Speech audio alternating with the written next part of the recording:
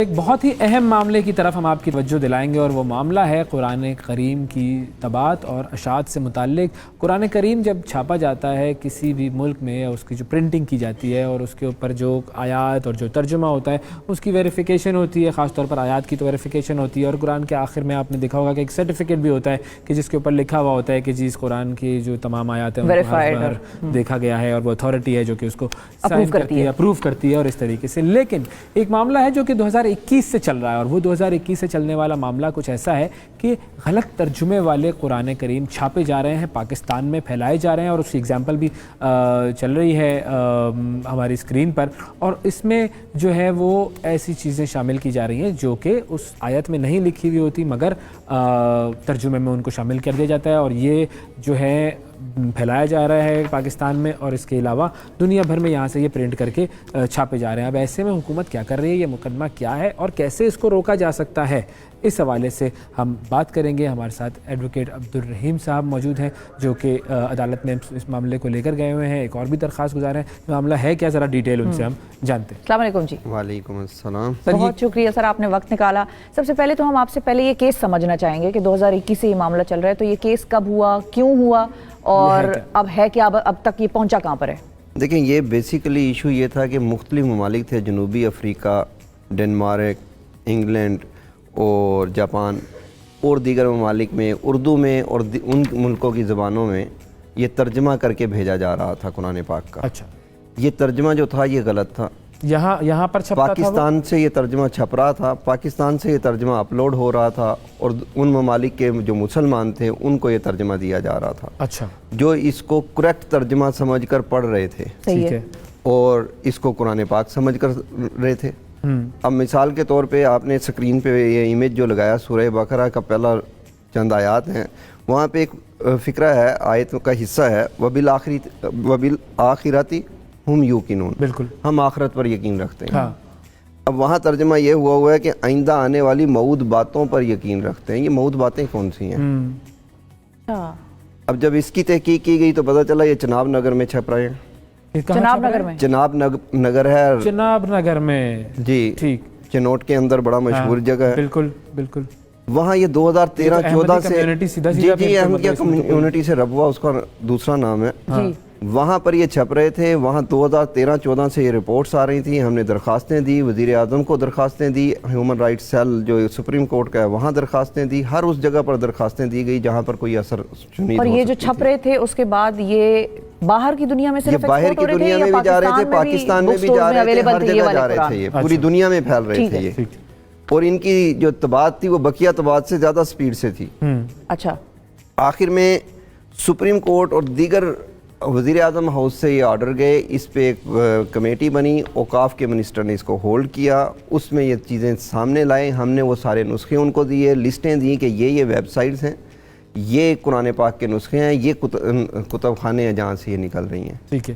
وہاں پر انہوں نے ہماری بات کو تسلیم کیا اور انہوں نے اس پہ ایک کمیٹی بنا دی کہ یہ جا کے ان طباعت خانوں پہ جا کے خود وزٹ کریں گے، ٹھیک ہے۔ انہوں نے یہ چناب نگر کی انتظامیہ سے اجازت لی تو انہوں نے اجازت نہیں دی، یعنی قرآن بورڈ کو ایک علاقے کی انتظامیہ نے اجازت نہیں دی کہ آپ آ کر وزٹ کر سکتے ہیں، اور یہ حکومت کا ادارہ ہے، یہ حکومت کا ادارہ ہے، قرآن بورڈ صوبائی ادارہ ہے، ٹھیک ہے، صحیح ہے۔ اس کے بعد پھر ہمیں یہ ہوا کہ جب انکار ہو گیا تو ہم نے 2018 تک اس کو درخواستوں میں چلتے رہے، آخر میں ہم نے پٹیشنیں ڈالنی شروع کر دی عدالت میں، ٹھیک ہے۔ یہ پٹیشنیں ڈالی گئیں، اس میں جو جسٹس صاحب تھے انہوں نے تمام کمیونٹی کو سنا، احمدیہ کمیونٹی کو بھی سنا، صحیح ہے، اور وہاں احمدیہ کمیونٹی نے یہ کلیم کر دیا کہ یہ بیسیکلی ہمارے پرنٹنگ پریس ہی نہیں ہے، اچھا، ہم چھاپ ہی نہیں رہے یہ ایسا کچھ بھی، ٹھیک ہے۔ اس پر ہم نے سارے نسخے دیے، فیصلہ ہو گیا، فیصلے سے دوسرے دن بعد یہی نسخے وہاں مدرسۃ الحفظ ہے جو احمدیہ کمیونٹی کا ان کا سرکاری مدرسہ سمجھ لیں، وہاں پر موجود تھے، وہاں پر یہ تقسیم کیے گئے نسخے۔ عدالت نے فیصلہ کیا دیا تھا؟ عدالت نے تو فیصلہ دیا یہ جہاں جہاں ہیں ختم کر دیں، ان کو روکیں، پرنٹنگ کو روکیں، نسخوں کو روکیں، ویب سائٹوں کو روکیں، ٹھیک ہے۔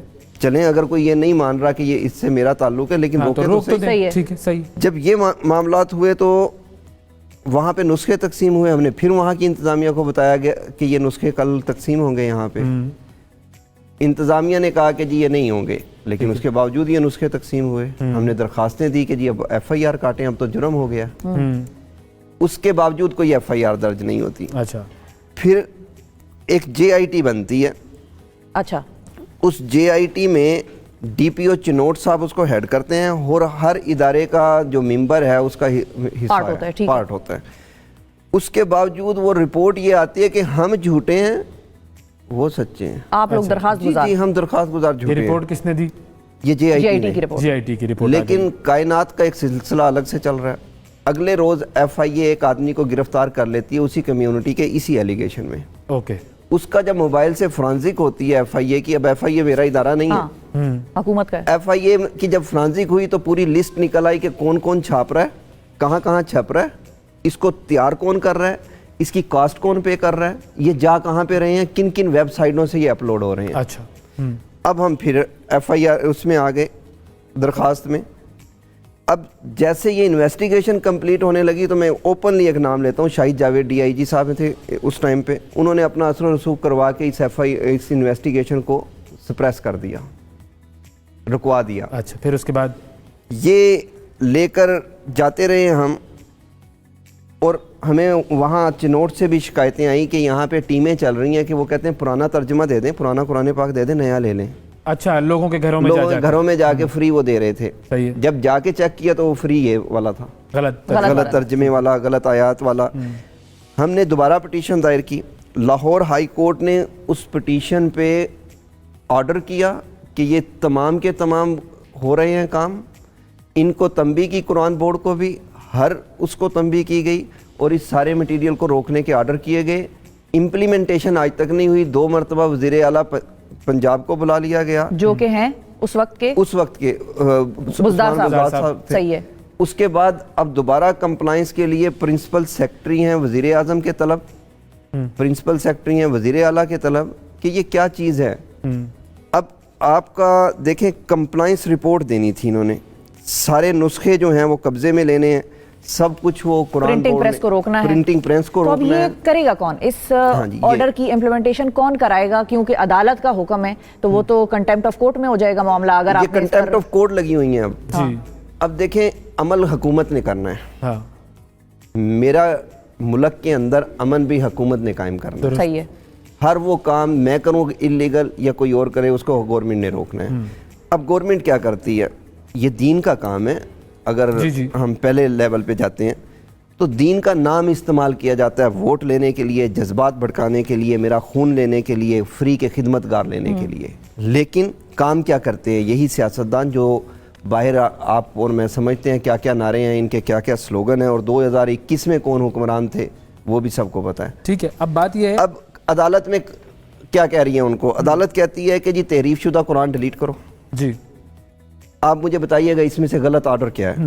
اللہ اور بیت اللہ کی جو گستاخانہ مواد پڑا ہوا ہے اس کو ڈیلیٹ کرو. صحیح ہے. نبی صلی اللہ علیہ وسلم کی ذات مبارکہ پہ جو گستاخانہ مواد ہے اس کو ڈیلیٹ کرو. آن لائن سوشل میڈیا پہ امہات المومنین، اہل بیت عظام، صحابہ اکرام کے خلاف جو مواد ہے وہ ڈیلیٹ کرو. اس سے بڑھ کے اگر مذہب کو نہیں مانتے، پاکستان کے پرچم کی جو توہین ہو رہی ہے سوشل میڈیا پر، یہ توہین عام توہین نہیں ہے الفاظ کی، یہ بہت غلط تصویریں بنا کے توہین کی جا رہی ہے، اس کو ڈیلیٹ کرو. صحیح. اس میں کوئی غلط نہیں ہے. حکومت یہ نہیں کرے گا. آخری جو آرڈر آیا ہے عدالت کا وہ کب آیا ہے؟ یہ آیا 9 جون 2021 کو. 9 جون 2021. لیکن اس آرڈر پہ مانا کیا گیا، کیا گیا؟ اس آرڈر پہ آنریبل جو ہماری حکومت ہے انہوں نے عمل کرنے کی بجائے اپیل کر دی سپریم کورٹ میں کہ یہ آرڈر، یہ ڈائریکشن ختم کی جائیں. یعنی انہیں توہین چاہیے نبی صلی اللہ علیہ وسلم کی، توہین چاہیے، انہیں چاہیے قرآن تحریف شدہ، انہیں چاہیے. دیکھیں اس کا مطلب یہی ہے. ایک منٹ ریلیکس. ابھی بھی ہم جذباتی بات نہیں کریں گے کیونکہ معاملہ جذبات کا ہے، تو اسی لیے میں آپ کو بہت معتبر انداز میں بالکل جذبات سے بات نہیں کر رہا، روکوں گا. میں بالکل جذبات سے کسی کو یہ نہیں کہہ سکتے کہ انہیں توہین چاہیے. انہوں نے جو کیا وہ فیصلہ عدالت کرے گی کہ کس نے کیا کیا اور کس نے کس کو روکا. میری صرف ایک، لیکن میری آپ سے درخواست ہے، آئی ایم سوری، میں آپ کو تھوڑا سا روکوں گا. ہم نے اس کیس کو سنا، اس کیس کو سمجھا اور اس بات کو بالکل انڈورس کریں گے ہم کہ اگر احمدی کمیونٹی کی طرف سے یا کسی کی بھی طرف سے غلط ترجمے والے قرآن چھاپے جا رہے ہیں، ڈسٹریبیوٹ کیے جا رہے ہیں، ان کی پرنٹنگ کو روکنا